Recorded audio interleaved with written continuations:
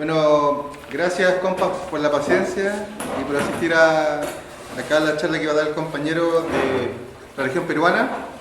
El compa forma parte de la editorial Ande, una editorial que en sus propias palabras traduce, edita, imprime y publica libros de distintos géneros y saberes de diferentes partes del mundo, siempre vinculados a pensar la sociedad y buscar transformarla. Principalmente editan textos vinculados a diversas corrientes del marxismo revolucionario, y la charla de hoy se va a centrar principalmente en el álgido periodo de lucha de clases que se enmarca entre diciembre del 2022 y fines de enero de 2023, que fue detonado por la institución del reformista presidente Pedro Castillo. Es decir, se trató de una pugna interburguesa que enfrentó al poder ejecutivo versus poder legislativo y judicial, que ambos sectores representaban a diferentes fracciones de la clase dominante, pero que rápidamente derivó en un levantamiento general proletario a nivel de todo el país, es decir, a la lucha de clases, con una especial radicalización en la zona sur, en la macrozona sur, donde además se ha profundizado el modelo de acumulación primaria exportador centrado en el extractivismo, principalmente en minería y agroindustria, y que se expresó en bloqueos de carreteras, tomas de aeropuertos y universidades, destrucción de la propiedad privada y edificios gubernamentales, incluidas comisarías, saqueos, enfrentamientos con las fuerzas represivas, tanto policías como militares, ollas comunes, etc. Mientras que la burguesía impuso el estado de emergencia, sacó a los milicos a las calles y cometió decenas de asesinatos. Se calcula que cerca de 60 personas como oficialmente, pero se sabe que extraoficialmente fueron más. Y todo como fondo represivo, los compas lo denominaron como estado de contrainsurgente, porque la clase dominante apostó directamente al aniquilamiento directo y premeditado de la población movilizada. Después el compa va a explicar un poco ese concepto. Por otra parte, también los compañeros nos advierten de los peligros del etnocacerismo, que en muchas ocasiones coincide con el ímpetu reformista de la izquierda al capital, en su análisis y sus perspectivas como más programáticas. Y los compas siempre ponen como énfasis y subrayan la necesidad de la negación de las formas políticas propias del orden burgués, el Estado, la democracia, y también la Asamblea Constituyente, que igual que acá fue la perspectiva como concreta que levantó la izquierda al capital para salir como del atolladero de la revuelta. Y la defensa de la superación social, la autonomía e independencia de clase del proletariado. Por último, antes de dejar con usted al compañero, en su cuaderno de contradicción número 3, que son los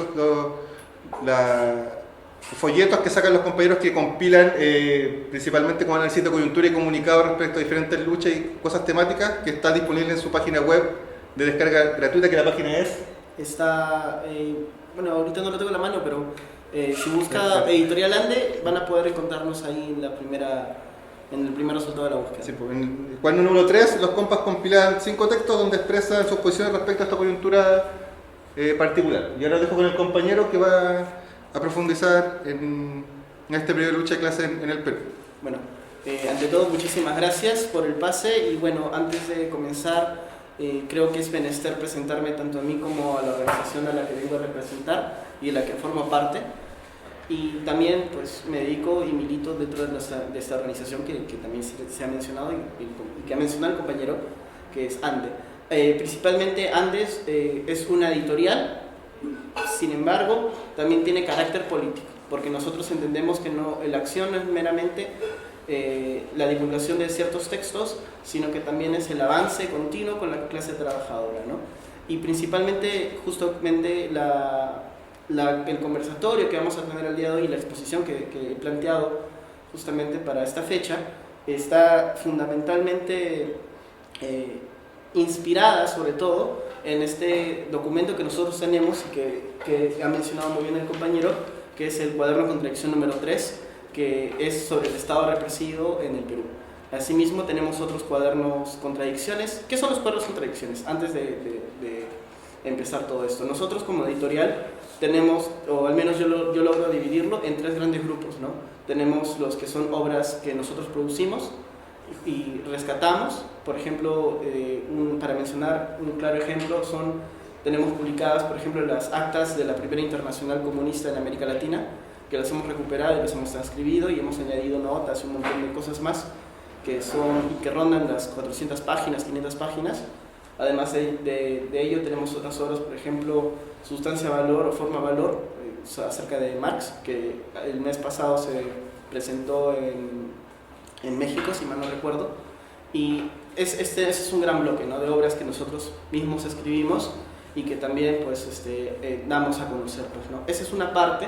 La otra parte sería, siento mucha vergüenza, no he podido traer acá los Popuande, pero los Popuande son ediciones pequeñas, prácticamente de bolsillo, y de bolsillo en el sentido de que entran en cualquier bolsillo y pueden ser compradas también por cualquier bolsillo, que están destinadas a kioscos, a un movimiento muchísimo más que no implica, por ejemplo, gastar lo que en Perú podría ser, porque lamentablemente el poder adquirir un libro en Perú es bastante caro, sobre todo, y de esos tipos de materiales también, porque son bastante perseguidos por el Estado contrainsurgente, como vamos a plantear más adelante en la exposición.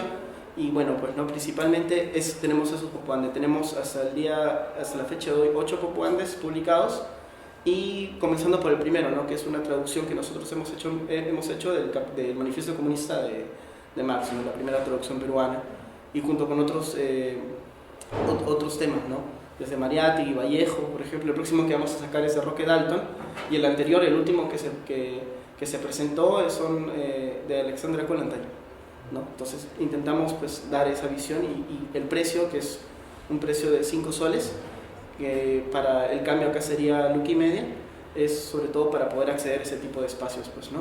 Y el tercero, que es en el que ya está cimentada, por ejemplo, como mencionaba, la exposición de hoy, son los cuadernos contradicción, donde nosotros intentamos dialogar con diferentes posturas y diferentes visiones del proceso de lucha de clase que se gesta no solamente a nivel nacional, sino a nivel internacional, ¿no? Tenemos, por ejemplo, el primero, que trata el tema sobre la guerra ruso-ucraniana y las repercusiones que ha tenido en América Latina. El cuarto, si mal no recuerdo, que es sobre la Asamblea Constituyente, y más específicamente el 3, que es el que vamos a hablar del Estado contrainsurgente, ¿no? Principalmente ello. También tenemos, por ejemplo, esos últimos que menciono, y también mencionó el compañero, que son los cuadernos de contradicción, están totalmente liberados en nuestra página web para su libre acceso, y sobre todo, y más importante, su difusión, ¿no? Porque con eso también nosotros cimentamos nuestra propia postura, y pues podemos llegar a muchísima más gente.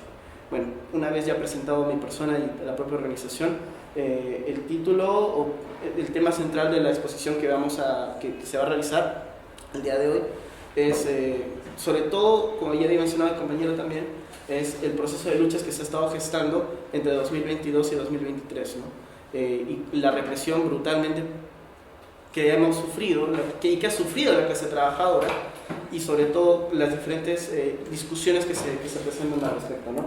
Lo he segmentado, si me disculpan, en 4 secciones, pues, ¿no? Siendo la primera qué sucedió, la segunda por qué sucedió, donde entraremos muchísimo más a varias opiniones que cursan, pues, ¿no?, los debates, al menos allá en Perú, y siguiendo con la tercera, que quiénes lucharon, que es importante también, y ya para finalizar el cuarto segmento, que es las alternativas o soluciones, ¿no?, que surgieron. Y ahí podemos inclusive ver ciertas cuestiones muy parecidas con lo que ocurrió acá en el proceso constituyente en Chile. Bueno, sin más, antes de iniciar había preparado una especie de video, no sé si se puede proyectar, donde vamos entrando, ¿no? ¿Qué sucedió? A veces las palabras se nos quedan cortas para expresar ese tipo de cosas. Entonces, frente a ello, es un video muy corto realmente, unos 3 minutos, para que se pueda ver más o menos qué es exactamente lo que pasó, cómo se dio, y ya empezar con ello, pues, esta presente exposición, ¿no? Entonces, adelante, por favor.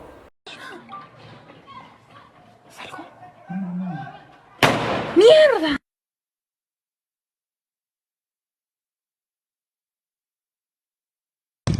Han distraído a un grupo de personas al lado del aeropuerto y al rodeo del otro grupo a este lado.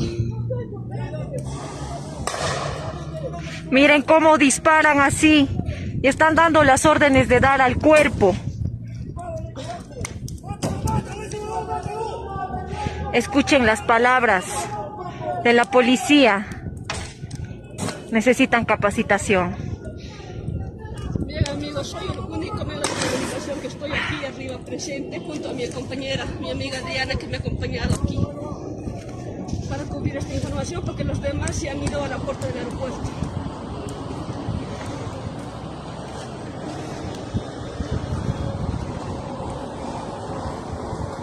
Alguien debería poner ya alto ese enfrentamiento.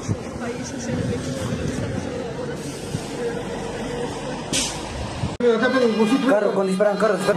Carro disparan. Su celular se quita, chibolo. Mira, señores, miren, señores, lo que le están haciendo. Mira lo que están haciendo. ¡Oye, desgraciado! ¿Qué le están haciendo? ¡Oye!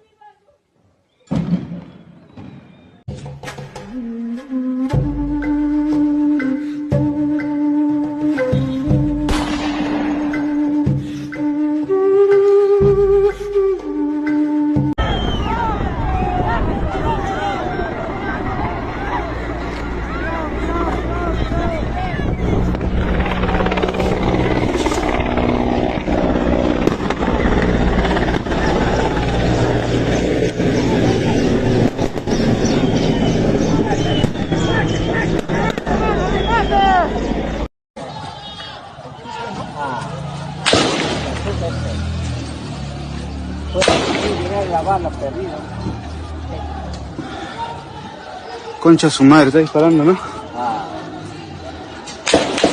La mierda.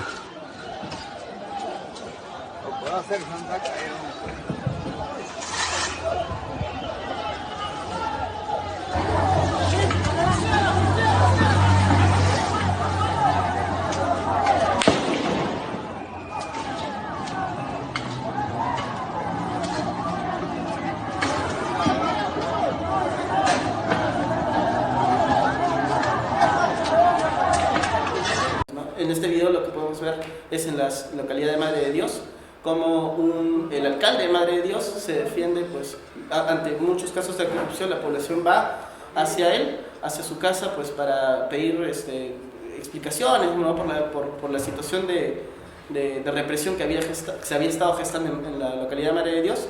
Y bueno, pues no, el alcalde responde ni con diálogo, de frente saca un fusil que había tenido guardado y empieza a disparar directamente hacia la población. Entonces, bueno, lo que había mencionado con anterioridad, para tal vez se corte un poquito, es precisamente eso, ¿no? Las balas que se había mencionado eran balas expansivas y eran balas principalmente que habían sido obtenidas del mercado negro, no estaban registradas, y eso fue una estrategia que utilizó el Estado para negar cualquier uso de armas de fuego de su parte. Hay otros videos, por ejemplo, donde ya se ve directamente esta situación de violencia, pero más que demostrar este tipo de material, lo que tendríamos que en todo caso mencionar es que esto sucedió, o sea, esto fue lo que ocurrió. Ahora, ¿qué es lo que ocurrió?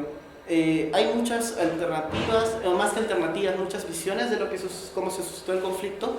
En todo caso, por ejemplo, se menciona que fue un estallido social o que fue un estallido popular. Hay algunos otros grupos, por ejemplo, más reformistas que mencionaron que esto era protestas meramente o situaciones coyunturales, o inclusive hubo otros ya sectores de una derecha más que pacta más con el capital. Nosotros la llevamos en la izquierda del capital. Mil disculpas si llego a toser un poco. Estuve recorriendo la región del sur, es muy bonito, pero hace mucho frío también. Nadie le advirtió eso. Pero Nadie te dijo que hacía frío. nadie me dijo que hacía frío. Entonces, sí, si podría hacerlo sería genial. Pero muy bonito, gracias. Muy bonito, o sea, vale totalmente la pena. Lo que sí, como mencionaba antes, enfermarse aquí en Chile es prácticamente una sentencia de muerte, ¿no? Porque hasta una gripe puede ser bastante perjudicial. Y que me la digo.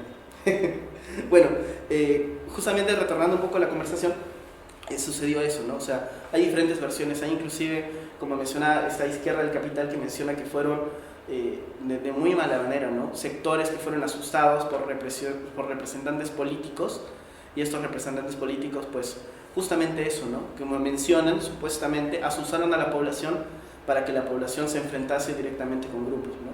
Es como si la población hubiese salido en defensa de determinadas figuras políticas, como podría ser Pedro Castillo. Eso lo vamos a ver un poco más adelante, pero la postura frente a todo esto que acabo de mencionar, la postura que nosotros tomamos es principalmente no necesariamente, mejor dicho, negar que fue un estallido social, que fue una protesta o que fue combates en muchos casos, en muchas regiones, como podría ser en Junín o en Apurímac, frente a la policía, sino que todo esto forma parte del proceso de lucha de clases en el Perú. Y hemos de entender que el proceso de lucha de clases en el Perú lleva consigo dos espíritus, un espíritu nacional, por llamarlo de alguna manera, espíritu, pues, ¿no? Y otro internacional. No podemos entender el desarrollo de la lucha de clases en el Perú sin entender el desarrollo de lucha de clases internacionalmente y los movimientos interburgueses que se han suscitado pues, a nivel internacional. Con ello dejo en claro principalmente de que no podemos analizar esta cuestión o hablar de la cuestión de la lucha de clases en el Perú y todos los procesos de lucha que se dieron en el periodo de 2022-2023 sin antes analizar el escenario coyuntural internacional. ¿Y qué tenemos frente a ello? Pues principalmente un incremento de gastos militares alrededor del mundo. ¿Esto qué significa, por ejemplo? Nosotros relacionamos, y esto lo podemos inclusive, lo pueden ver, les invito a que lo chequen inclusive, en el cuadro de contradicción número 1, como la guerra ruso-ucraniana antes del periodo de la vacancia de Castillo ya había tenido repercusiones en el territorio no solamente nacional, sino internacional, ¿no? Podemos rastrear inclusive levantamientos en España, en Alemania, en Sri Lanka y en muchos otros sectores más, pues, ¿no? Pero principalmente esto deviene en especial énfasis en territorio peruano con respecto a la subida de alza del precio de la gasolina y la subida del precio del alza, por ejemplo, de aquello que viene a ser la urea que se utiliza como fertilizante.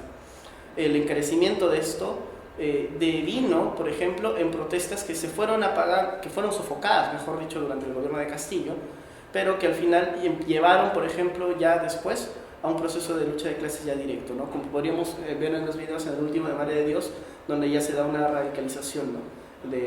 Una radicalización en un buen sentido, pues, ¿no?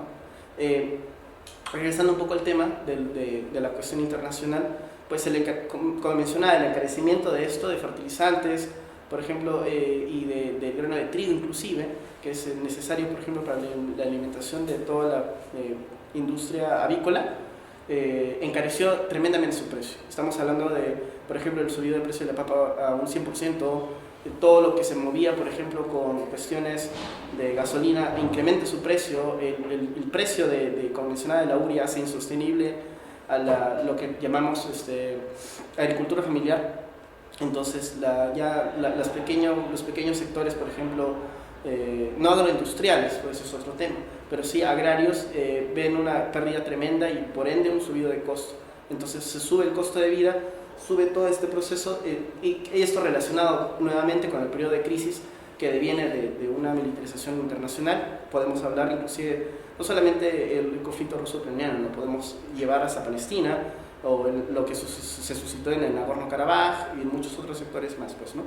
Pero principalmente, yendo más a lo específico en Perú, en mi país, se suscita eso, ¿no? Entonces se suscitan estos enfrentamientos iniciales, ¿no?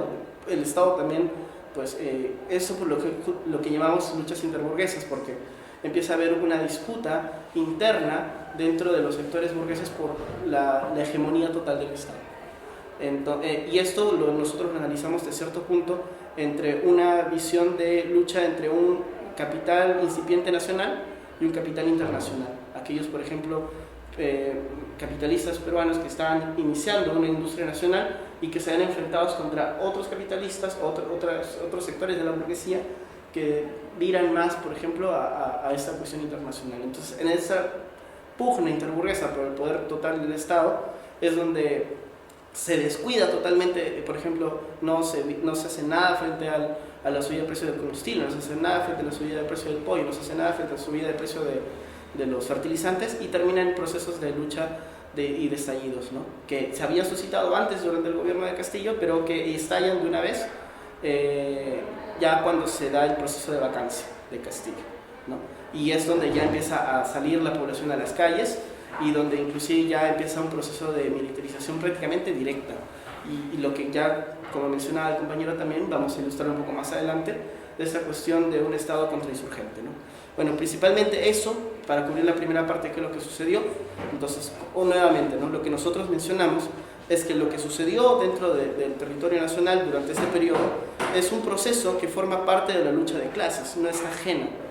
Y al mismo tiempo se dio una radicalización de esta protesta. Vamos a ver esto más adelante, pero principalmente podemos ver que en regiones, por ejemplo, lo que podría ser en Arequipa, mi ciudad, ya se dejó de asaltar comisarías, asaltar la propia propiedad privada de aquellos sectores que financian o sustentan esta figura estatal, ¿no? Como podría ser la Leche Gloria, que es, al menos en la parte de Perú, una de las grandes empresas de todo el sector lácteo.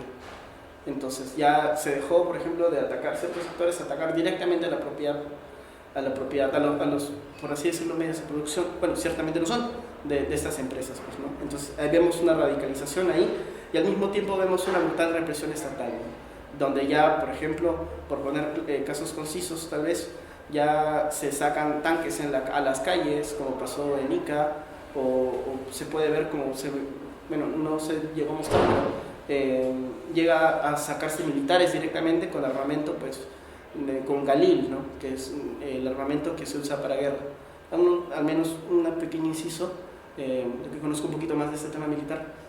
Cuando uno puede ver cuando el ejército peruano sale a hacer finta, como lo está ocurriendo actualmente con todo este proceso de estado de emergencia que está suscitando actualmente en Perú por la delincuencia, que sale, por ejemplo, con el FAL, que es un rifle antiguo belga de un calibre, rifle de batalla clásico, ¿no? 7.62 por 51 milímetros. Pero cuando ya se va a cuestiones ya directamente de acción, sacan el Galil, que es un fusil israelí del 5.56. Sin ir más cuestiones técnicas ahí, lo que podemos evidenciar es principalmente que ya se salió o se dio la orden directamente de tirar a matar. Y es así como sucedió. El primer muerto que tenemos nosotros en todo este proceso es un niño de 15 años, que fue muerto con un disparo en la cabeza. Entonces no hay acá que hubo una bala perdida o que por así decimos, se le escapó el disparo al militar, no, fue directo. O sea, fueron a matar. Y eso hay que decirlo con todas las palabras, pues, ¿no? Se fue con ese fin. Y eso es lo que podemos evidenciar en el qué pasó, pues, ¿no? Se pasó eso principalmente, como podemos ver abiertamente en los videos que se han mostrado, ¿no? Ahora, ¿por qué sucedió? Ya hemos hablado un poco de eso en la primera parte, justamente con la guerra ruso-ucraniana y toda esta situación, pero en esta parte me gustaría abordar un poquito más lo que se mencionó de diferentes otros politólogos o intelectuales peruanos que mencionaron, o se mencionaron en todo caso, de hecho muchos pertenecen a la academia, durante ese proceso, ¿no? Uno podría ser, por ejemplo, Nicholas Lynch, que menciona, por ejemplo, de que toda esta situación de levantamiento no se dio por ningún carácter político. Esto es completamente falso, ¿no? Porque inclusive llega al esbozar estas palabras el decir de que el proletariado que salió a la calle o los trabajadores que salieron a la calle a enfrentarse a las fuerzas represivas del Estado, e inclusive, por ejemplo, los que fueron y conformaron organizaciones incipientes como podrían ser ollas comunes, que fueron brutalmente aplastadas. Hay videos de ello, de cómo los militares y policías abren fuego directamente a ollas comunes, no, o sea, le quita a Nicholas Lynch esta capacidad de política, sino que menciona él, por ejemplo, que todo este proceso fue por una cuestión identitaria, una cuestión étnica.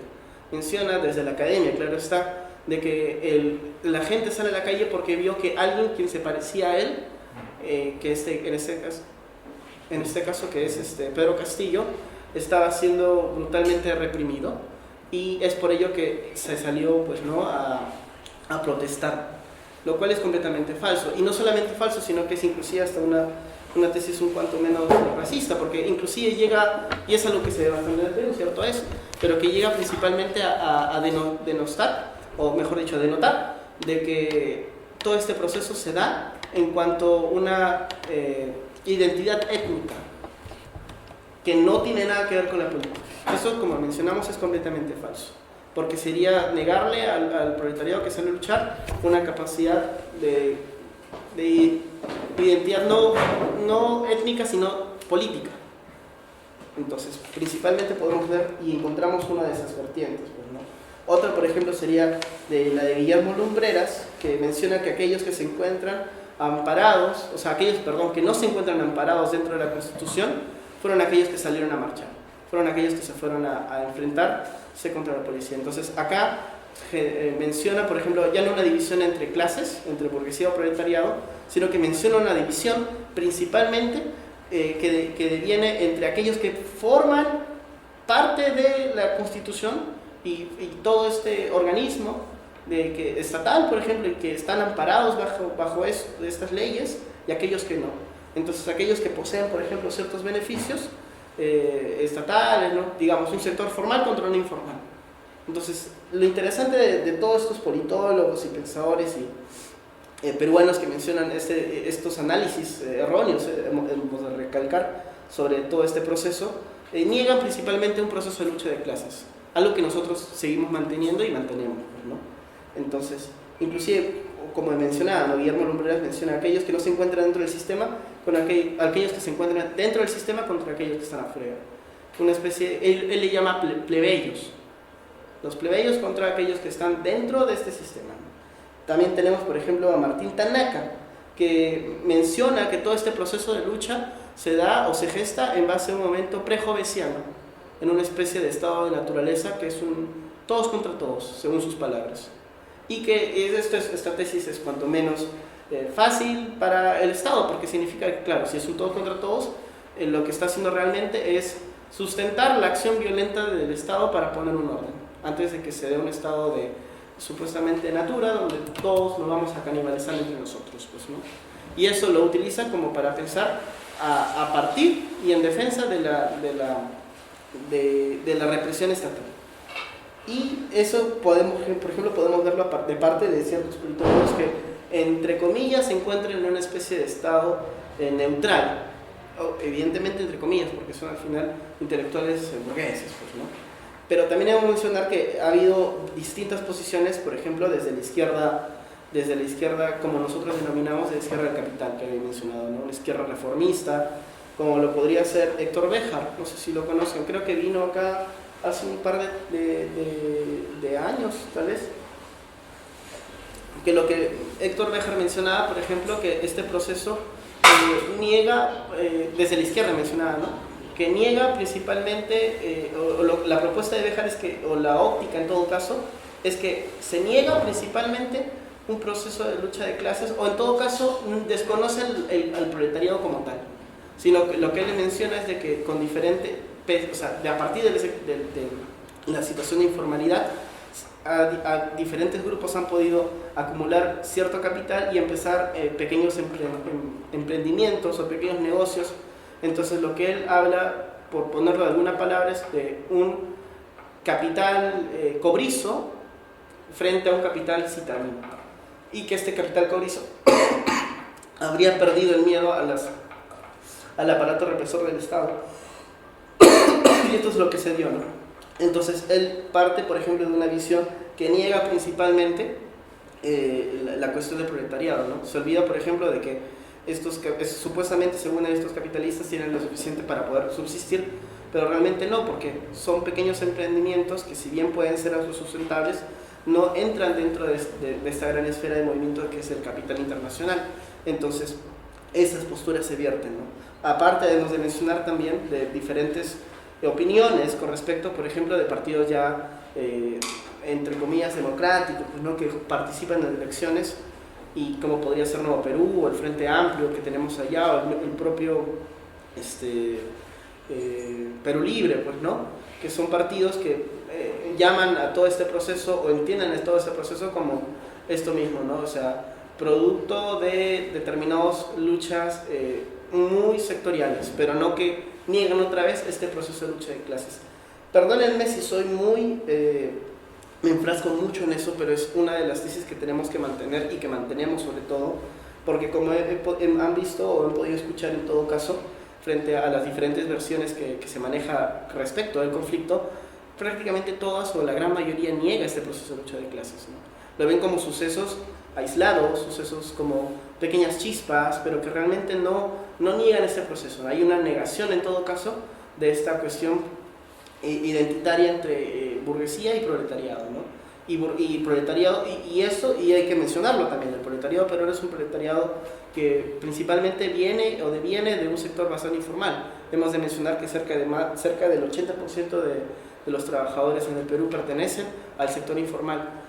Prácticamente no hay organizaciones como las se podría tener acá. Tampoco hay sindicatos. Los pocos sindicatos que hay son apagados rápidamente por este estado contrainsurgente o principalmente están asociados con la CGTP. La CGTP que deviene pues, ¿no? del Partido Socialista Peruano, que, bueno, que supuestamente lo funda Mariátegui, sí lo funda, participa en ese proceso, pero claro, ¿no? que deviene a partir de ahí, ¿no? Que principalmente, por ejemplo, para hacer una crítica a ellos también, mencionan una cuestión etapista, pues, ¿no? Mencionan que el proletariado, la burguesía peruana no hizo su tarea revolucionaria, no trajo consigo los modernos sistemas de producción capitalista, entonces hay una tarea pendiente, y esa tarea pendiente es supuestamente hacer la revolución democrático-burguesa. Entonces, tanto la CGTP como otros grupos, por ejemplo, como podría ser el Partido Comunista Patria Roja, tienen esa postura. Entonces tienen la postura de hay que hacer la tarea que la burguesía no logró hacer, hay que hacer la revolución democrático-burguesa. Entonces, frente a esto, pues se posicionan, o sea, niegan este proceso, ¿no? Y lo niegan, por ejemplo, como situaciones coyunturales. Entonces, hemos de mencionar, y otra vez menciono, que si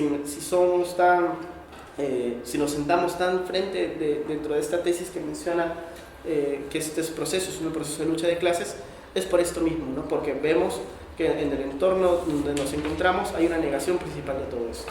Entonces, pasando también para la tercera parte, sobre quiénes lucharon.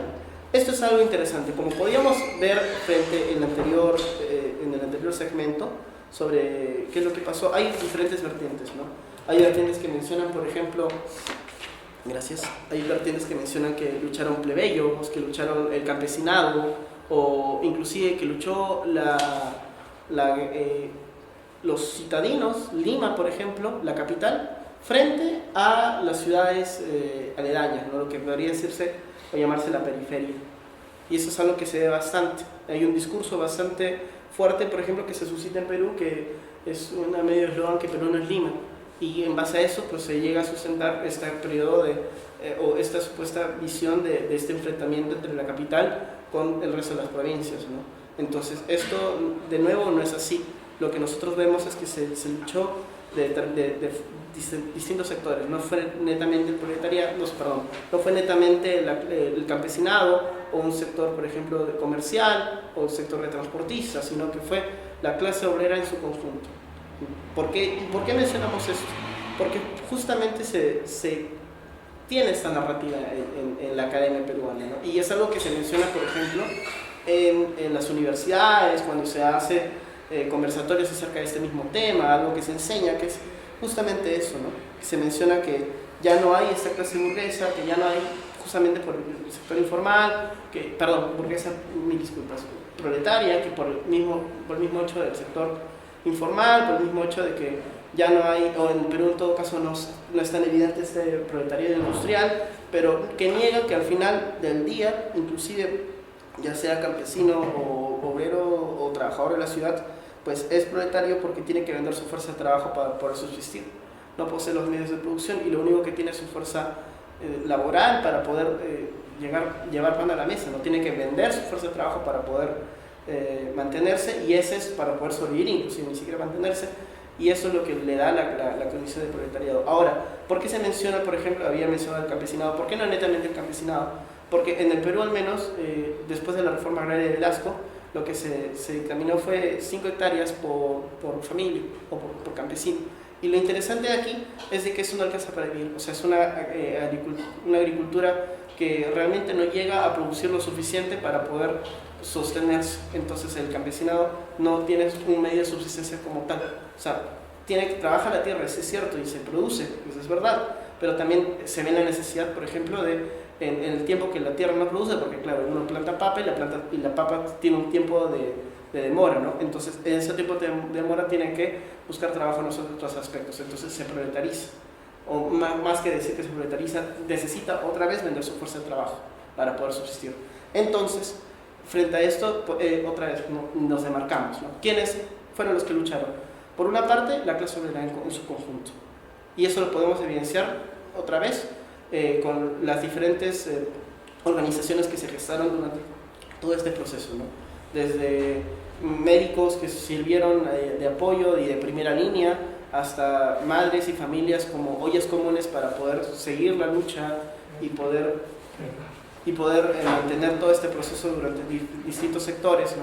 Porque no fue netamente, como se menciona, un pequeño grupo aislado, sino que fue una organización en conjunto la que se enfrentó principalmente a las fuerzas policiales. Y ahí es donde vamos a ver, porque no se enfrentó directamente a la burguesía. Hemos hablado que hubo un proceso de radicalización donde se enfrentaron directamente a la propiedad privada de la burguesía, lo cual es cierto, o de ciertos sectores productivos. Sin embargo, se enfrentaron directamente al Estado, ¿no? Y es aquí donde debemos de mencionar que el Estado ya es un Estado principalmente contrainsurgente. ¿Por qué contrainsurgente? Principalmente porque busca apagar todo inicio de movimiento social, absolutamente todo. Por ejemplo, para poner un ejemplo muy claro, ¿no? Mientras caminaba acá conversando con el compa, pues le comentaba un poco de cómo son las organizaciones, al menos estudiantiles, allá en mi universidad, en Arequipa, ¿no? Y estas situaciones a tal punto que no podemos tener organizaciones estudiantiles. Lo que tenemos en todo caso, por ejemplo, son organizaciones de grupos de estudio, pero un grupo de estudio tiene que ser, además de pasar por toda esta maquinaria burocrática, que es firmar papeles, hacer un montón de cosas, tiene que haber profesores presentes, tiene que haber inclusive, tiene que tener el visto bueno de la universidad, te andan vigilando a cada rato, y no solamente eso, sino que, por ejemplo, los dirigentes estudiantiles son elegidos a dedo por los profesores y por la propia universidad. Entonces, desde lo más básico, no tenemos estructura, no tenemos capacidad organizativa. Y ya si, por ejemplo, nos vamos otra vez a sectores, digamos, de trabajadores, tampoco lo apreciamos, ¿no? Tampoco todos los sindicatos, por ejemplo, y acá otra vez se menciona una crítica a la CGTP, porque todo movimiento inicial que no se asocia a la CGTP, que la CGTP, por ejemplo, está asociada a sí mismo con el Estado contrainsurgente, pues es rápidamente pagado. Y no solamente rápidamente pagado, sino que es prácticamente eliminado. Como actualmente, no sé si se podrá ver, perdón, si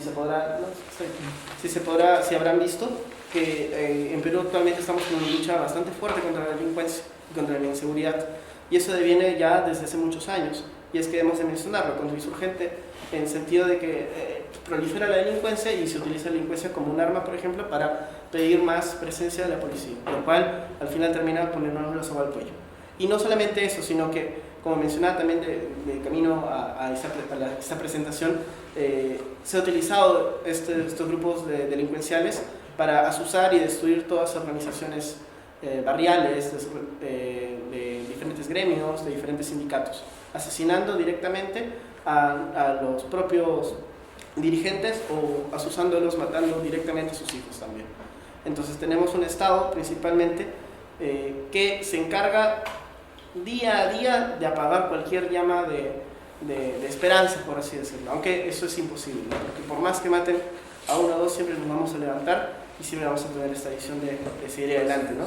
Sin embargo, hemos de mencionarlo, ¿no? Tenemos un Estado contrainsurgente, y eso se ve principalmente, como mencionaba, en los videos, ¿no? En este proceso de protestas, porque no es que haya habido una escalada en el sentido de uno empezó a actuar de manera violenta, como se menciona, por ejemplo, en los medios de noticias nacionales, sino que es el Estado mismo que empezó ya a salir con armamento de guerra. Es el Estado mismo que empezó a salir ya con tanquetas, que empezó a sacar helicópteros y gastar sus recursos para sacar helicópteros, y desde helicópteros empezar a bombardear con bombas lacrimógenas a la población. Entonces no es una cuestión, por ejemplo, acá de una escalada de violencia donde se siguieron, por ejemplo, ciertos parámetros, ¿no? Sino que fue de frente. Y como mencionaba, el primer chico que falleció, que es un chico de 15 años, fue muerto o cayó muerto con un disparo en la cabeza. Entonces ahí no hay una cuestión de escalada, ¿no? Fue directo. Y así siguió. Ha habido, de entre los fallecidos, muertos médicos que fueron a ayudar y apoyar a la población, madres, recuerdo con mucho dolor inclusive las anécdotas que se gestaron. Yo también participé durante el proceso de esta lucha, pero que sí que mencionaban de personas, trabajadores que regresaban de sus casas de trabajar, en este caso con un compañero del cementerio, y que simplemente por elegir una mala calle fue herido de un disparo y murió. O sea, fue una situación terrible, ¿no? Hubo otro trabajador también que murió en la puerta de su casa. ¿Y por qué murió en la puerta de su casa? Porque no estaba participando en la protesta. Vino los militares a mansalva, a disparar directamente, y él, por humanidad, abrió su puerta para darle al ojo a algunos manifestantes que estaban escapando de las balas, y le dispararon a él también, solamente por hacer ese gesto, ¿no? Entonces, otra vez, tenemos este estado contrainsurgente porque busca apagar de todas las formas posibles estos procesos de lucha, y está enfrentándose totalmente contra la clase proletaria, entonces con la clase trabajadora, con aquellos que salen. ¿Y por qué salen? Otra vez, volviendo un poco al contexto internacional, no es porque salen porque sean revoltosos o porque se sientan en una situación de que hayan sido, como mencionaba en ese mal discurso, que han sido asusados por ciertos sectores políticos, sino que salen porque ven que su calidad de vida, o sea, es insostenible, realmente lo es, y que el Estado no hace nada, y que no están desamparados totalmente, se ven a la necesidad de salir a luchar. Y esto otra vez forma parte del proceso de lucha de clases, ¿no? Y hay que recordar que este proceso de lucha de clases no cede ante ninguna voluntad, ¿no? O sea, no es algo que yo decida hacer, es algo que se da constantemente, inclusive, no es algo que, o sea, si bien hay voluntad de por medio en salida a conjuntarse, pues no, pero no es algo que yo elija que se dé, sino que es algo que se gesta. Entonces, hemos de mencionar eso, ¿no? Y ya, por ejemplo, ya tal vez entrando a la cuarta parte, después de haber visto quiénes lucharon y ya presentar un poco esta idea de Estado contrainsurgente, vamos a las alternativas o soluciones que surgieron dentro de este proceso. Habíamos mencionado una que también debe ser bastante común aquí, que es el proceso constituyente de asamblea constituyente. Esto es algo que ya se había estado gestando y que se gestó y que se evidenció como un eslogan, por ejemplo, durante todo este proceso de lucha de clases, de un cambio constituyente de parte de ciertos sectores. Sin embargo, esto, por ejemplo, lo podremos profundizar muchísimo más cuando hablemos, si es que hablamos en próximas ocasiones, ojalá que sí, o que lo pueden leer también, en todo caso, en el cuaderno de contradicción número 4, que nosotros, por ejemplo, para dar una pequeña explicación muy breve, nosotros hablamos o hacemos una crítica. El nombre del texto específicamente es Asamblea Constituyente desde un punto de vista comunista, pero principalmente hablamos sobre tres sectores, ¿no? Y hacemos críticas a estos tres sectores, que son un sector reformista del capital, otro sector más ilusorio, más ingenuo, y otro más romántico, ¿no?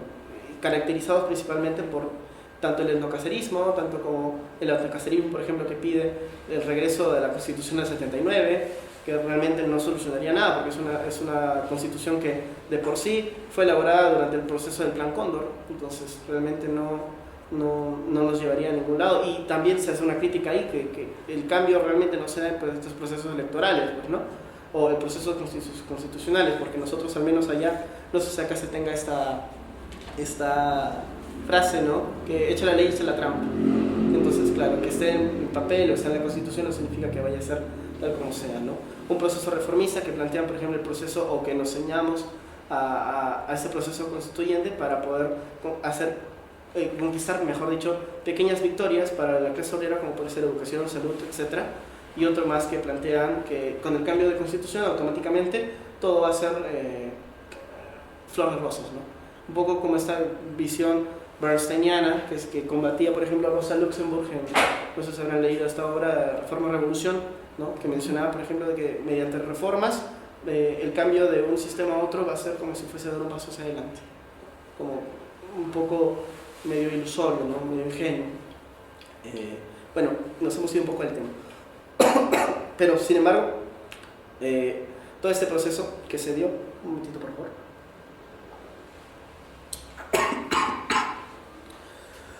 este proceso de La Asamblea Constituyente es algo que se menciona bastante y que hasta el día de hoy se sigue mencionando. Partidos políticos como Frente Amplio o Nuevo Perú lo siguen utilizando como eslogan.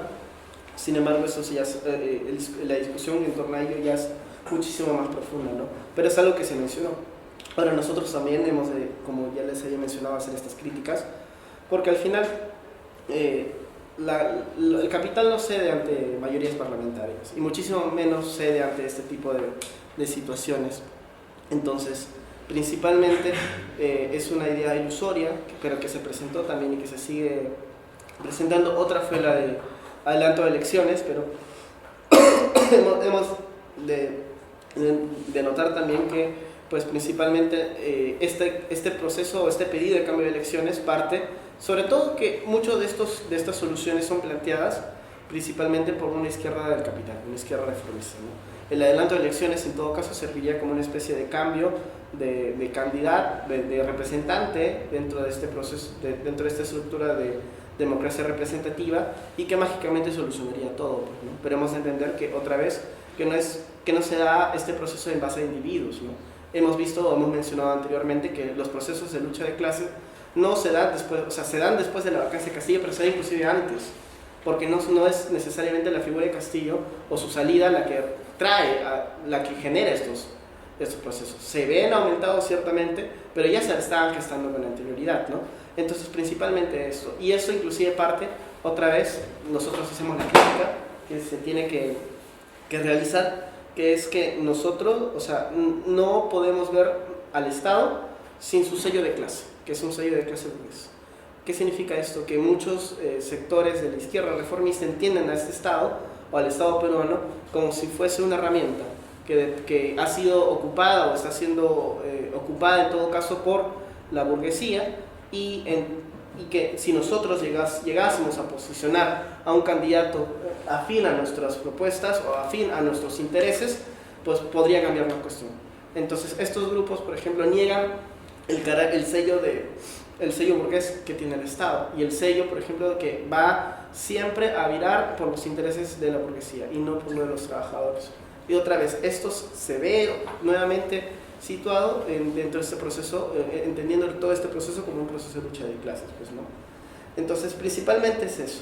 Además, también se mencionaba el derrocamiento de Dina, que se sigue manteniendo hasta la actualidad, pero que sigue el mismo discurso que del adelanto de elecciones, ¿no? Porque sigue el mismo discurso de que cambiando un elemento que está inquistado ciertamente dentro del poder estatal, se va a cambiar y se va a revertir la situación.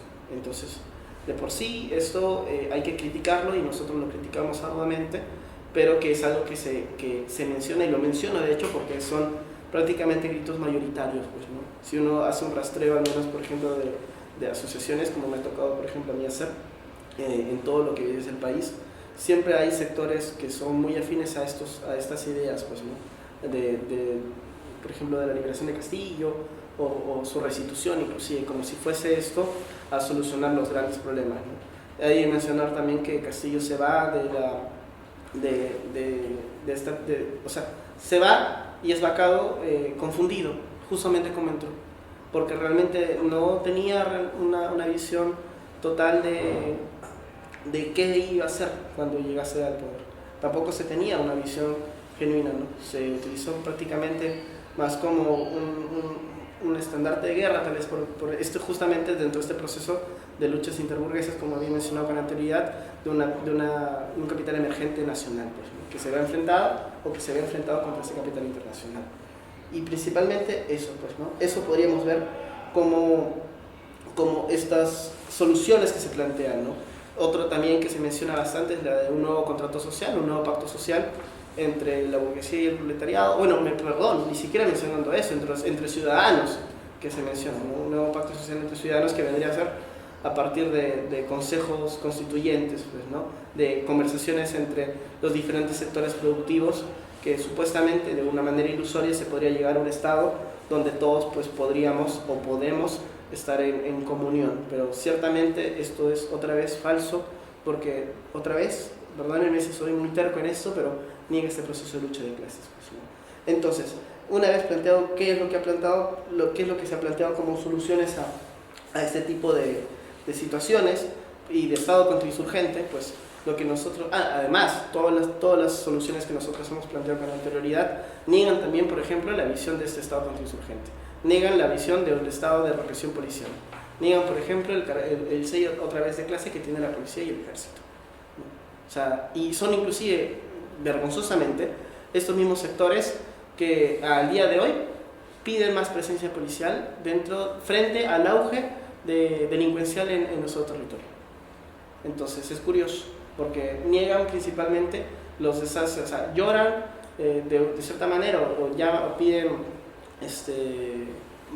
minutos de silencio frente a los caídos o los asesinados en todo caso dentro de estos procesos de lucha de clases, pero luego vienen a pedir más presencia policial para enfrentarse a las bandas delincuenciales que azotan actualmente nuestro país, ¿no? Y nuestras ciudades, y que si uno, bueno, no sé si llega acá muchas noticias de cómo se está suscitando todo ese proceso, pero realmente es alarmante, ¿no? Hay casos inclusive, para mencionarlo a modo anecdótico, de infantes que han sido heridos por balas perdidas o procesos sicariatos. Ahora último, por ejemplo, hubo una manifestación grande, pero hubo una manifestación grande porque mataron a un cantante de cumbia muy famoso allá, el cantante de Armonía 10, y pues la agrupación artística pues llamó a la movilización, y lo curioso es que inclusive los propios personajes que habían influenciado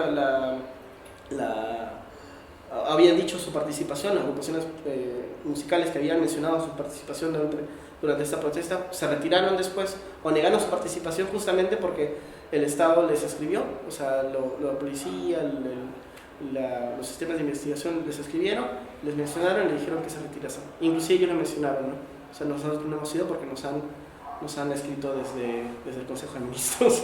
Entonces, claro, una vez más se evidencia este Estado contrainsurgente. Pero principalmente es ello, ¿no? Estos procesos que la izquierda del capital, que mencionan y traen todo este proceso anterior, claman pues, ¿no? por más presencia policial. Entonces, frente a toda esta situación que parece caótica, y ciertamente lo es, ¿qué solución se podría ver, ¿no? Nosotros como organización, como ANDE, principalmente optamos, primero, la gran tarea que nosotros tenemos o que se tiene en general, o la gran primera victoria, si se puede llamar de alguna u otra manera, es la unión de los diferentes sectores de trabajadores en el Perú. Cierto es, como había mencionado, que el mercado informal, si bien ha servido bastante bien más que mercado, sector informal, ¿no? Que si bien ha servido muy bien a la acumulación de capital, ha sido realmente un derrotero para todo el proceso de, por ejemplo, de uniones de trabajadores, ¿no? Podemos ver sectores que no necesariamente se encuentran peleados, pero que sí son muy poco solidarios entre ellos. Se hace, por ejemplo, una huelga de transportistas y son el sector de comerciantes de mercados los que terminan no reconociendo esta huelga, o en todo caso apoyando a las fuerzas represivas del Estado, la policía, para que sean sofocadas, ¿no? Entonces tenemos un proletariado dividido, ciertamente, muy segmentado, pero no por ello menos proletario, o sea, no por ello dejan de serlo. Entonces, principalmente el primer quehacer, por así decirlo, por ponerles algunas palabras, vendría a ser eso, ¿no? Una unificación, o tender lazos, puentes, carreteras y rieles entre los diferentes sectores de los trabajadores que hay en Perú, ¿no? Y eso es algo que, por ejemplo, como organización hemos estado haciendo, no solamente de cara, por ejemplo, a llevar a diferentes procesos educativos a diferentes partes de nuestro país, sino que también, por ejemplo, justamente el mismo proyecto que es la editorial, pues, ¿no? Que asistir teóricamente, ciertamente es, y también en la práctica, porque también es una cuestión militante, a la formación y la consolidación del proletariado como clase, que ya lo es, pero su consolidación en todo caso, ¿no? O sea, su toma de conciencia, una clase en sí para sí. Entonces, principalmente vamos por eso, ¿no? Pero ¿cómo logramos esto frente a todo lo que mencionamos? ¿Cómo enfrentamos a este estado contrainsurgente? Pues en los primeros pasos que hemos estado tomando y que se quiere tomar, y que invitamos inclusive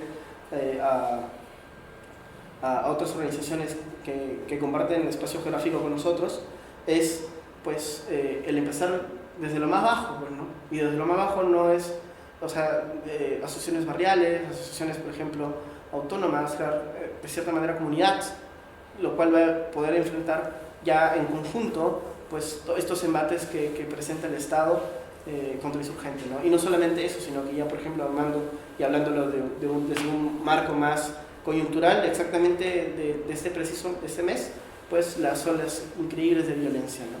Entonces, eso en primera fase, ¿no? O sea, tender a esa cuestión, conseguir una autonomía de clase en todo caso, pero mediante la organización, mediante tender estos mismos lazos, y estos lazos se deben de hacer conectando y formando de por sí y llevando esta misma conciencia, esta misma idea a diferentes grupos, ¿no? Y por ello, por ejemplo, nos hemos acercado a muchos otros sindicatos, por ejemplo, libres, que nosotros conocemos por allá, que no están afiliados a la CGTP.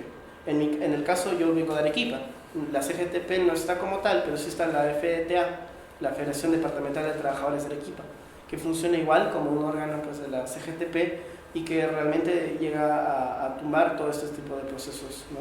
de unión entre trabajadores, ¿no? Porque siempre, otra vez respondiendo a esta visión etapista, buscan pues, principalmente solucionar los problemas resolviendo o haciendo la tarea de lo que la burguesía no logra hacer, ¿no? En esa revolución democrática burguesa.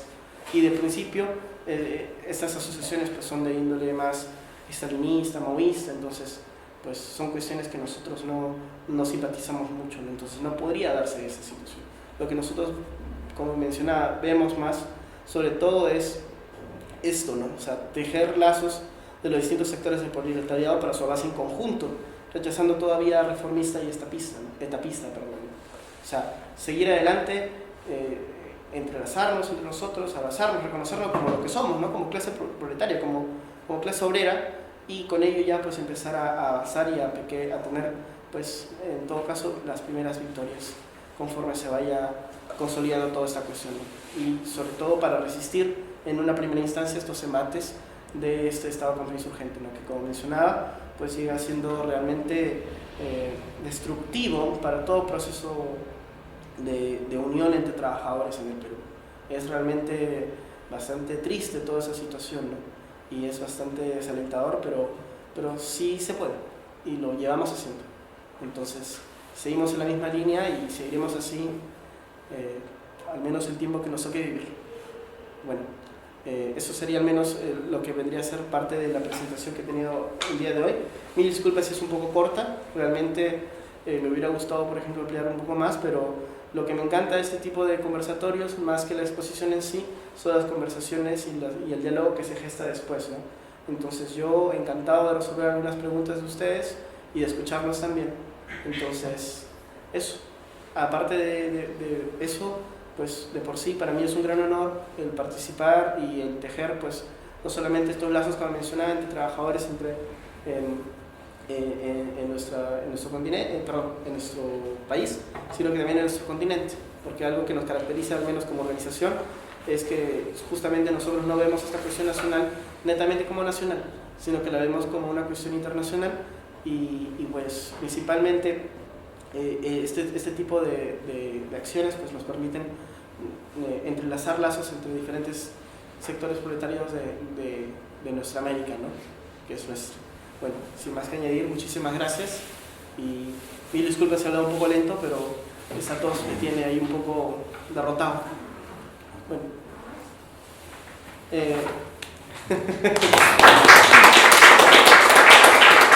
Bueno, como decía el compañero, la idea ahora es como abrir la conversación, el debate, si alguien quiere hacer comentarios, preguntas, dudas.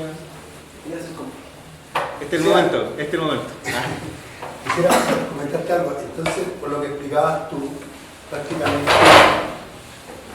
esto de la delincuencia podría decir que es una estrategia del Estado para reprimir al pueblo de una u otra forma. Y lo que hemos escuchado nosotros como dirigentes sindicales, que la delincuencia está matando prácticamente a los dirigentes y a dirigentes de organizaciones sociales. Claro. O sea, si lo analizamos, es parte de la estrategia del Estado como para seguir reprimiendo, como decías tú, que en la universidad no se pueden organizar. Es de una forma para seguir reprimiendo las organizaciones sociales. Cierto. Para que no, y usan eso, la delincuencia, a favor de ellos. Ciertamente, algo que se me olvidó mencionar, mis disculpas por ello, es que algo que tenemos bastante problemático en Perú es algo que no sé si se suscita aquí, espero que no, porque si no sería terrible, aunque parece que ya están yendo un poco en camino, que es esta cuestión del terruqueo. Con nosotros, ya hablando un poco más serio, Sendero Luminoso ha representado realmente un derrotero para todo proceso político emergente en el Perú, porque lo que ha venido ha sido algo que llamamos un cuco, o que podríamos llamarlo, por ejemplo, un cuco comunista, ¿no? No sé si se acuerdan cómo comienza el manifiesto comunista, que un fantasma recorre Europa hacia el fantasma del comunismo, en su caso es el fantasma del Sendero Luminoso. Porque a toda organización que intente hablar de izquierda, o toda persona que intente hablar de izquierda, y ni hablemos de izquierda, de derechos fundamentales, ¿no? a libre tránsito, de derechos de libre expresión, o muchísimas otras cosas básicas, elementales, se les acusó automáticamente de ser terrorista. Entonces se le menciona, no, usted es terruco, de viene la palabra terruqueo. No, usted es terruco, usted es terrorista, participa, o asusa. Nosotros tenemos la figura de apología al terrorismo, que es una figura legal la cual se utiliza, por ejemplo, para reprimir a todo proceso, ¿no? Digamos, yo hablo esto, digamos, tal vez con mucha animosidad, tal vez, porque son temas que nosotros, este tipo de conversaciones, muy difícilmente se podrían llevar allá a Perú, porque ya tendríamos, cuanto menos, bueno, espero que no haya, un infiltrado, o tendríamos, que ya lo conocemos como cuerpo externa de la policía, o estaríamos baneados, o tendríamos perseguidos, ¿no? Cuento la anécdota una vez en mi universidad, por ejemplo, que íbamos a presentar el libro de actas de la Primera Internacional Comunista, y en la primera parte, pues no sé cómo se llama, la portada, gracias, estaba la hoz y el martillo, y por solamente eso, automáticamente ya nos vetaron. O sea, nos dijeron no, a horas de la exposición nos hicieron cambiar el libro por otro de Mariátegui, donde salía solamente la cara de Mariátegui. Entonces, a ese nivel estamos. Inclusive yo mencionaba una anécdota acá al compañero, de que yo cuando estaba en el colegio, en secundaria, acá le llaman liceo, ¿verdad? Yo tenía un profesor que estaba enseñando Historia Universal, y enseñaba, por ejemplo, la Segunda Guerra Mundial. ¿Cuáles son los ejes que participaron? Y dejó de tarea a un niño para que hiciese, por ejemplo, esta cuestión de dibujar las banderas de los países que pertenecieron o que lucharon durante el proceso de la Segunda Guerra Mundial. Y pues el niño buscó la bandera de la Unión Soviética, los aleros del martillo.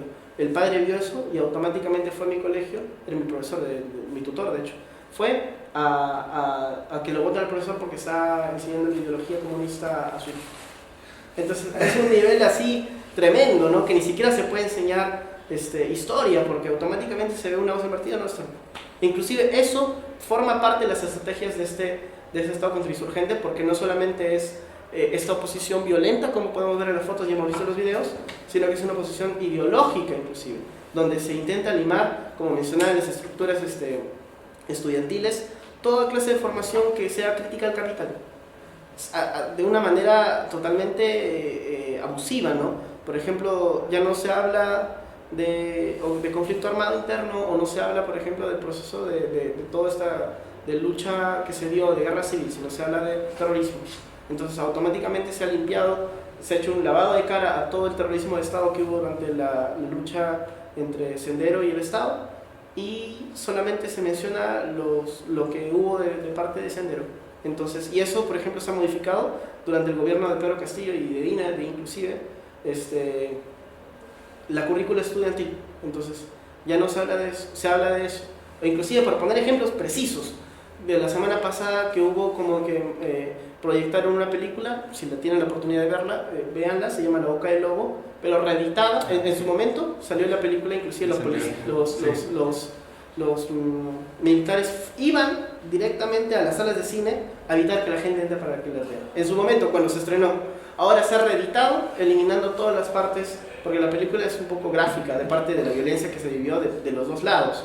Entonces se ha eliminado toda la violencia de los militares y se ha reeditado y se ha vuelto a estrenar. Estamos hablando de un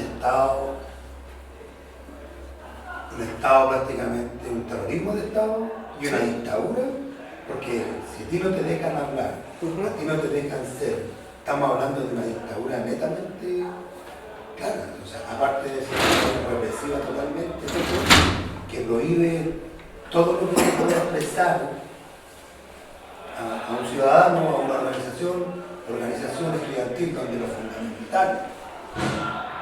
fundamental para la lucha de los derechos parte de los estudiantes desde la secundaria. O sea, históricamente todos los estudiantes se han organizado, ¿sí?, y han alentado a sus propios padres trabajadores a organizarse.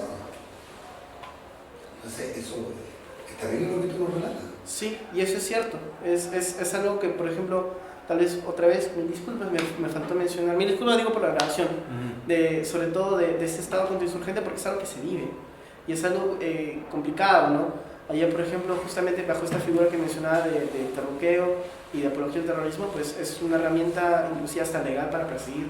No siquiera se puede poner un post, ni siquiera se puede hacer prácticamente nada. Y ciertamente sí tiene muchas características de lo que debería ser una dictadura. Ciertamente democracia no es, ¿no?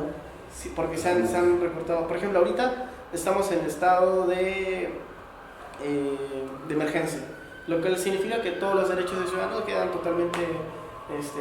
Los militares se posesionan en la calle. Sí, entonces, y de hecho pasa. Es un Estado. Y eso pasa no solamente en sectores, sino ya a nivel del capital, a nivel de muchas cuestiones. E inclusive me ha hecho acordar de cuando me acuerdo que yo estaba ya ahí en las barricadas durante ese proceso de lucha, y nos llegó la información y ciertamente salió el comunicado que se filtró, que si tú ibas a la manifestación, y de hecho por eso también hay varias situaciones un poco hilarantes, de que la gente iba y si te encontraban y te agarraban, te encontraban y veían algo de Marx, algo de Lenin, de Mao, cualquier libro de tendencia izquierda, y era suficiente para procesarte. Para procesarte. Y eso nos llegaba, o sea, yo me acuerdo que yo estaba ahí luchando, porque me decía, oye, ten cuidado, no hagas esto porque se puede pasar lo otro. Y yo me acuerdo que eso alentó más todavía los chicos que iban ahí con su capital número tomo 1 ahí a combatir. A ver. Bueno, puede parar balas, creo. De lo tocho que es, todavía sí está para eso. Pero sí, se ve totalmente. Y con respecto a la delincuencia, que era la pregunta principal, sí, pues sí podemos ver y podemos analizar que todo este proceso de auge de la delincuencia pues corresponde a esto, ¿no? Corresponde porque al final la solución inmediata que es un estado de militarización. Y es algo, por ejemplo, que, bueno, si me permiten hablar de mi experiencia, que he visto en México. Yo tuve la fortuna y el privilegio de estar unos 2 meses en UNAM, allá en CDMX, y uno baja así como el metro que se tiene acá en Chile, y no hay policías, hay militares, y están con arma larga. ¿Y por qué están con arma larga? Porque el Estado, por ejemplo, lucha contra el narcotráfico y lucha contra distintos sectores de alto nivel de violencia, es una carta blanca, por así decirlo, para el Estado, para poder reprimir más y mandar a los militares a la calle. Y los militares, pues al final, como se puede ver en el proceso de protestas, no vienen y ni siquiera estamos hablando de que están formados, o sea, están directamente a defender los intereses de la burguesía. Que para eso lo forman, para matar. Y eso es triste, lamentable, ¿no? Y en el caso de México, por ejemplo, se ve bastante. Aunque también, pues, México es otro mundo, ¿no? Podríamos hablar de México un montón, pero con respecto a Perú, sí, es algo que, una estrategia que se ve. Y ahora que se ve, ya ni siquiera podemos, o sea, uno diría, ¿no? Son ilusionadas, ¿no? Pero se ve claramente. O sea, yo ahorita, por ejemplo, la semana pasada, que yo ya invito aquí en Chile, me llegó el mensaje de un compañero de que de camino a su casa lo pararon porque había militares ahí armados. Entonces, y parece que se van a quedar. E inclusive eso alienta, bajo un discurso de seguridad o de falsa seguridad, a que la población apoya a este tipo de acciones militares, ¿no? Dicen, bueno, que acá también sé que se dice, pero que se dice ya que salgan los milicos a la calle o que vuelan los milicos, y allá también se dice bastante, pero allá, como digo, Como mencionaba, ¿no? Mucha parte de estos pedidos son del proletariado. Que el proletariado pida eso no hace que deje de ser proletariado. O sea, no le quita esa situación de clase. Al contrario, nosotros trabajamos constantemente para decir no. Y formamos, sobre todo hacemos talleres, muchos conversatorios, prácticamente 4 al mes. Sí. Y no solamente eso, sino esas de publicaciones, pero también, por ejemplo, antes de venir acá, para mencionarles un poquito tal vez de mí, estábamos dictando una introducción al marxismo en la Universidad San Marcos, de ayer con nosotros, y otro ya directamente un grupo de lectura del manifiesto. Entonces, nosotros trabajamos así, pero con mucho recelo, porque tenemos que estar siempre moviéndonos, viendo quién sí, sé que no, es un trabajo así de investigación terrible, porque ya nos ha pasado ya una que otra cosa, pero sí, esa es una estrategia. Gracias. Yo tengo una pregunta. Adelante. Tengo 2 preguntas. Uno, por un lado, esta caracterización de Estado contrainsurgente, ¿es propia de ustedes o es compartida como lo que sería como la oposición en general? ¿O qué sectores más o menos parten de esa premisa? Y lo otro es sobre lo que contabas, esta idea como el antagonismo que representan ciertos símbolos del comunismo, etc. ¿Es una cuestión meramente heredada del periodo de la guerra civil, del Sendero Luminoso, etc.? ¿O es que hoy hay sectores antagonistas que median por esa dimensión como de símbolo del comunismo o una afirmación comunista, así como derechamente? Ya, para responder a la primera pregunta, me atrevería a decir ciertamente que es una caracterización nuestra, un concepto nuestro, porque como mencionaba durante el proceso de la exposición, todos los otros partidos que comparten el sector conmigo, con nosotros mejor dicho, durante este periodo de lucha, no conciben al Estado como tal, o sea, lo conciben y como tal, como digo, refiriéndome a un Estado contrainsurgente, sino que lo entienden como mencionaba, ¿no? Como esta herramienta que puede ser utilizada o que está siendo ocupada por la burguesía, pero que puede ponerse al orden o al interés de los trabajadores. Entonces, claro, si el Estado, o sea, nosotros partimos de este Estado contrainsurgente por el sello de clase que este mismo tiene. Ellos no logran concebir ese Estado contrainsurgente porque niegan el sello de clase que el Estado tiene, sino que parten de una visión más reformista. Inclusive hasta sectores, por ejemplo, entre comillas, que podríamos encontrar radicales, como otros grupos, podría ser Guardia Mayor, inclusive que se me viene a la mente, de estudiantiles también, que también luchan y son compañeros, ciertamente, no entienden muy bien esta cuestión, o no la logran diagramar, ¿no? Logran inclusive pequeñas alianzas con la pequeña burguesía, con ciertos sectores del proletariado, inclusive, por ejemplo, algunos ya además que beben de una tradición maoísta hablan de cuestiones semifeudales inclusive. Entonces, no, principalmente yo sí me atrevería a decir, a fundamentar la tesis, sino que mal rayo me parta, de que esta cuestión de Estado contrainsurgente es creación nuestra. Y para continuar con lo segundo, es parte de este proceso de terruqueo, trae consigo que no es que haya, por ejemplo, partidos o autoproclamados comunistas, ¿no?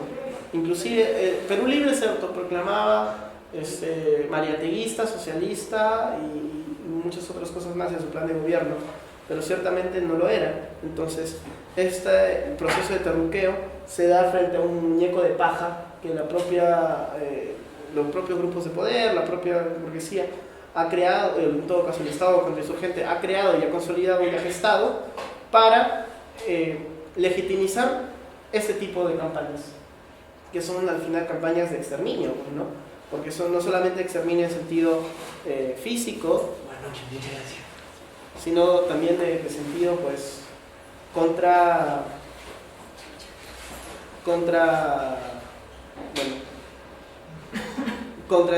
toda formación que intente, o sea, nos quitan las armas de la crítica, y eso es algo que se da. Adelante. Saludar en primer lugar a la instancia aquí, un poco la presentación, la organización de este tipo de conversatorio, que aquí un poco quizás como haber podido captar lo que ocurre en Perú no es tema, digamos, a nivel de gobierno, el tema así a nivel internacional, el apoyo a Ucrania, temas como eso. Entonces, me parece bien que se difunda un poco la situación que está pasando en Perú. Yo te quería preguntar si ustedes han realizado, digamos, una cierta caracterización de la lucha de clase en este periodo de estos años que tú un poco nos estabas contando. No sé cómo ve la situación actual, si las luchas, por ejemplo, del 2022 están a un mismo nivel o ha habido retroceso, si hay diferencia en algunas zonas territoriales. Por ejemplo, mencionaste la zona sur, que por lo general Perú tiene una tradición fuerte de combatividad, pero ¿qué pasa hoy día? Si han habido retrocesos en los niveles de combatividad o se sigue un poco de la misma forma.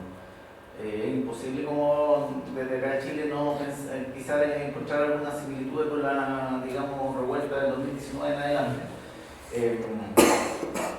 Entonces, cuando uno analiza algunos procesos de protesta, digamos, de mayor extensión, igual hay en ocasiones distintos sectores del proletariado que tienen mayor participación que otros. ¿Ya? Entonces, en algunas ocasiones va pasando que hay momentos más álgidos de la lucha, de la combatividad, y otros momentos, digamos, donde se imponen algunas tesis, por ejemplo acá, de la Asamblea Constituyente, y adquieren otras formas de lucha. Los procesos, no sé si como hoy día lo ven un poco en este momento la situación.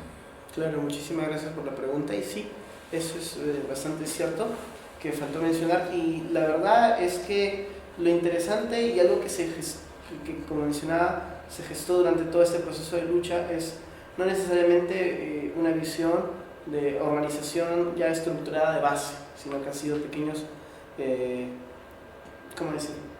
pequeños chispas que se empezaron a gestar, pero que no lograron realmente nada, ¿no? O sea, son momentos, por ejemplo, que se da durante este proceso de lucha de clases, pero que realmente no han estado direccionados por ningún partido o no han estado direccionados por ninguna conciencia de clase un poquito más, no me quiero decir la palabra, un poco más avanzada, ¿no? Más estructurada.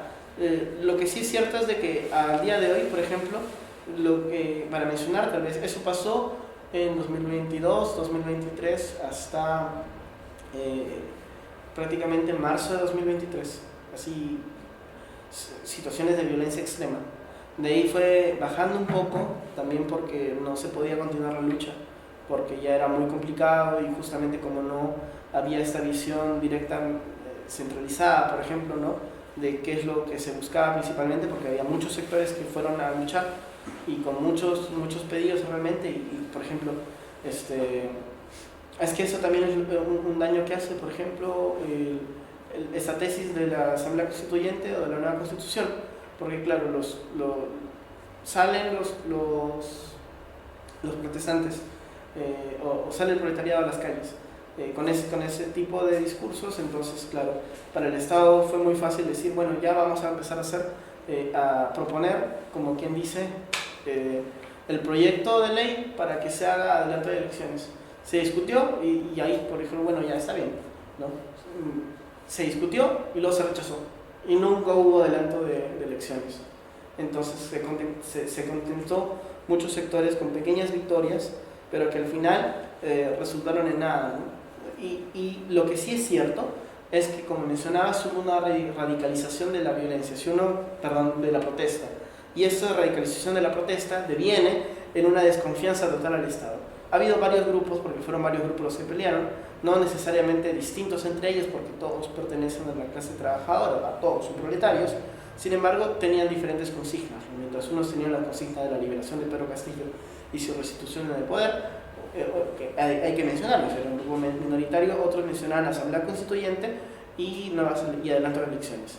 Y al mismo tiempo había otros que de hecho corresponden a los lugares donde hubo más violencia y más masacre de parte de las fuerzas represivas del Estado, que y hasta el día de hoy mantienen un nulo respeto hacia la institución estatal, lo que significa que han llegado en muchos aspectos a superar estas limitaciones que devienen en la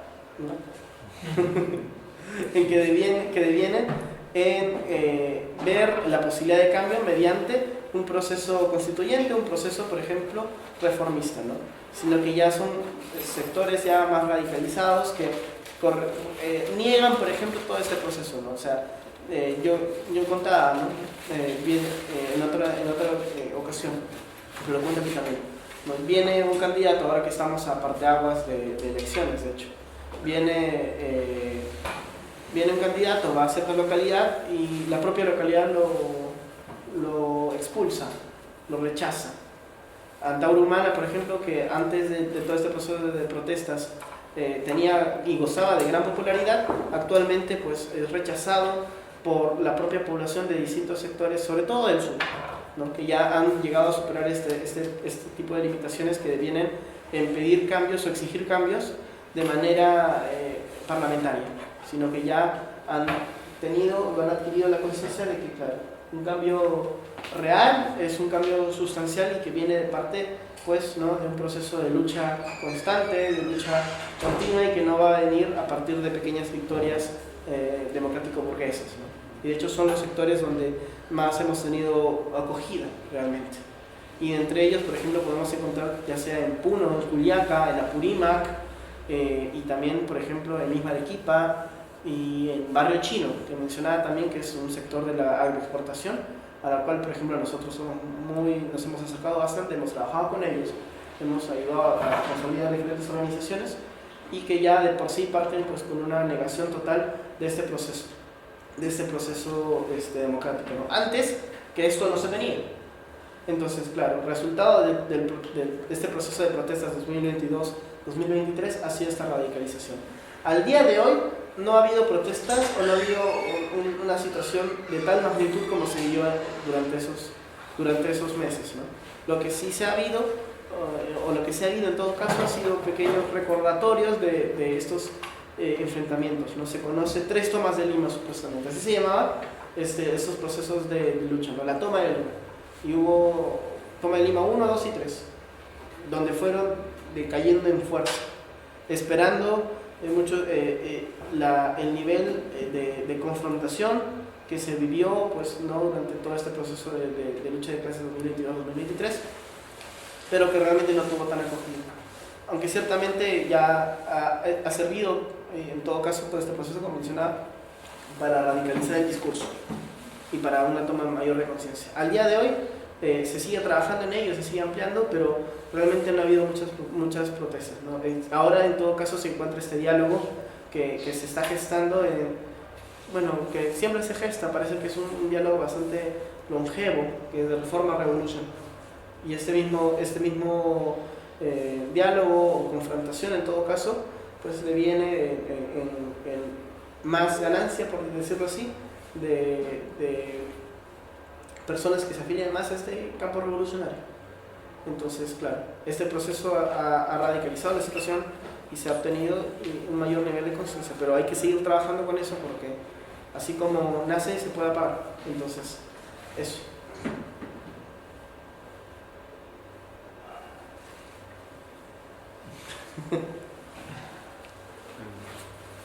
O sea, en conclusiones dentro de la... de acuerdo a lo que te hemos escuchado, desde mi punto de vista, no puedo dejar de compararlo con lo que pasó en Chile. Lo que pasó con todos estos procesos de estallido, en el fondo fueron acallados por los mismos movimientos o los partidos más estatizados. En el fondo, podríamos llegar a la conclusión que el Estado sigue siendo la vanguardia del capital, porque siendo o de izquierda o de derecha, como pasó aquí en Chile, en el fondo se reunieron para darte una aspirina que les quitó el dolor de cabeza a ellos, en realidad, no al pueblo. El dolor de cabeza era que el pueblo estaba organizado y viviendo en la calle. Y eso es lo que han hecho siempre. O sea, si te das cuenta, en América, en toda Latinoamérica ha pasado lo mismo pasó en Colombia, lo mismo pasó aquí, lo mismo está pasando en Argentina. El pueblo despierta, le dan una divinona, se arreglan entre el Estado con los que tienen que conversar los partidos, digamos, los tradicionales de cada país, los que han llevado al poder, realmente la burguesía que ha tenido el poder, izquierda, derecha, pero son burguesías, han tenido el poder, en el fondo ha pasado lo mismo y va a seguir siendo lo mismo, la misma mierda con diferente olor, en el fondo. Eso, Sí, es cierto. De hecho, a modo también de anécdota, muchos partidos, es curioso, ¿no? Muchos partidos reformistas, o sea, más estatizados, más de una izquierda capital, mencionan mucho el ejemplo de Chile como un buen ejemplo, ¿no? Del proceso de constitución. Pero hay que ver también, bueno, al menos desde Perú, parte mía he estado siguiendo bastante atento cómo se dio el proceso aquí, pues del rechazo de la constitución que se hizo, luego la otra que iba a ser la derecha, lo rechazó otra vez, y al final, ¡no, por favor! Se quedaron con la de Pinochet. ¿Y lo siguen poniendo como ejemplo? ¿Lo siguen poniendo como ejemplo o era una cuestión antes de...? No, lo siguen poniendo como ejemplo. No, pero dicen, no, miren, los chilenos lograron esto en ese proceso de luchas, es un ejemplo y pasa, ¿no? Algo que también, por ejemplo, que he de mencionar también, que sucede mucho con la figura de Allende. Realmente es curioso, porque al menos, si me permiten, las personas más longevas de mi país, estamos hablando de personas que ya superan los 60, 70 años, pues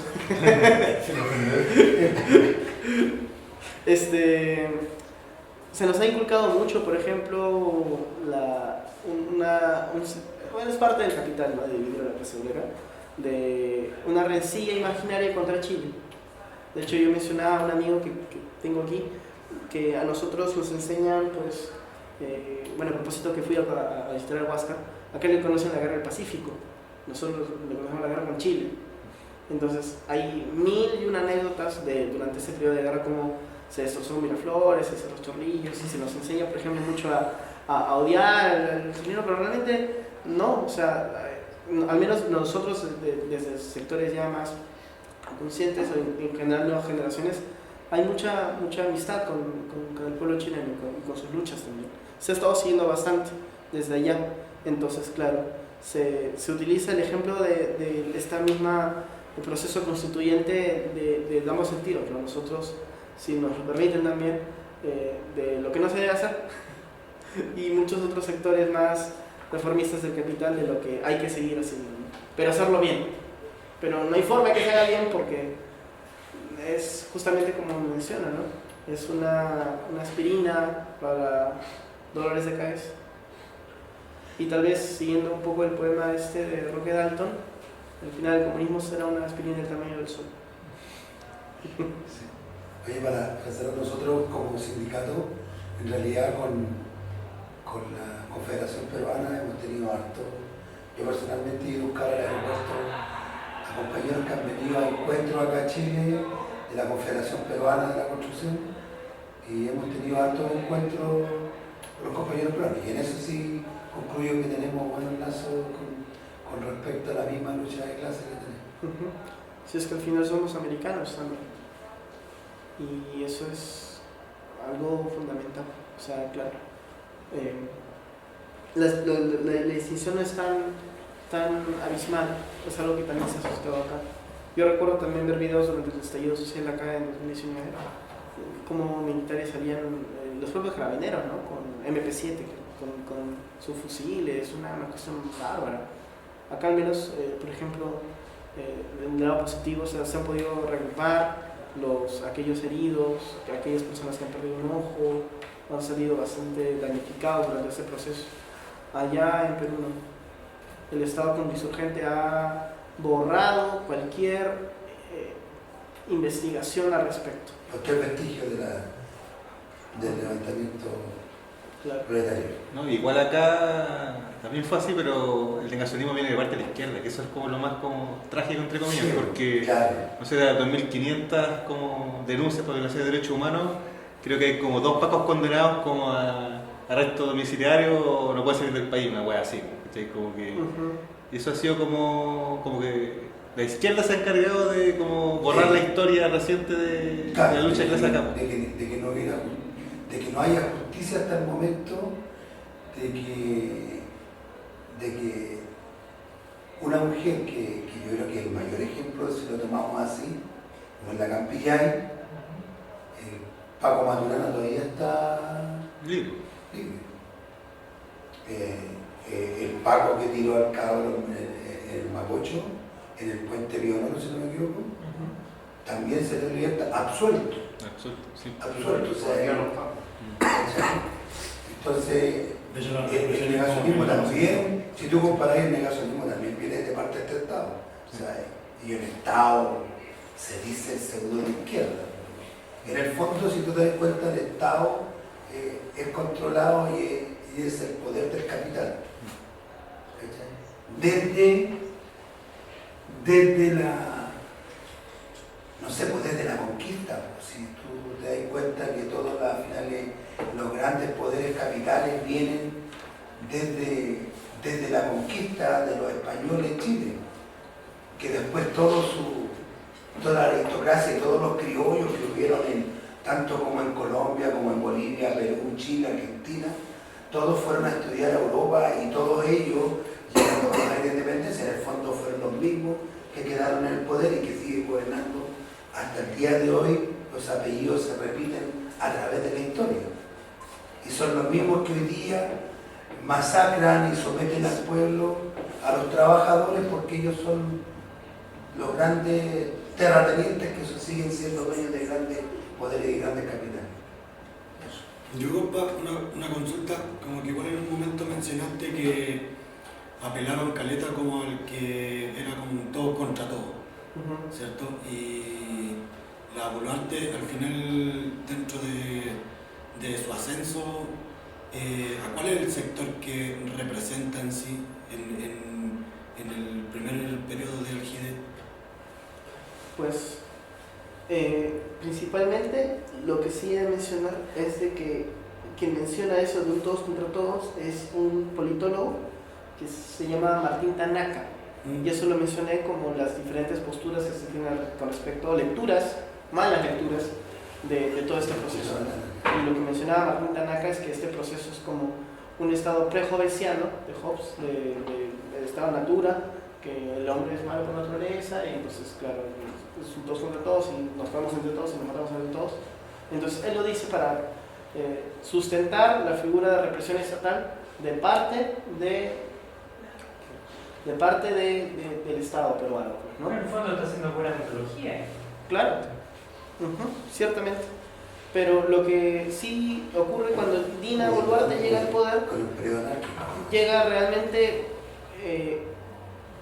bajo los hombros de los mismos sectores que apoyaban a Castillo y bajo los mismos sectores que se enfrentaban a Castillo. Realmente, como mencionamos en todo caso,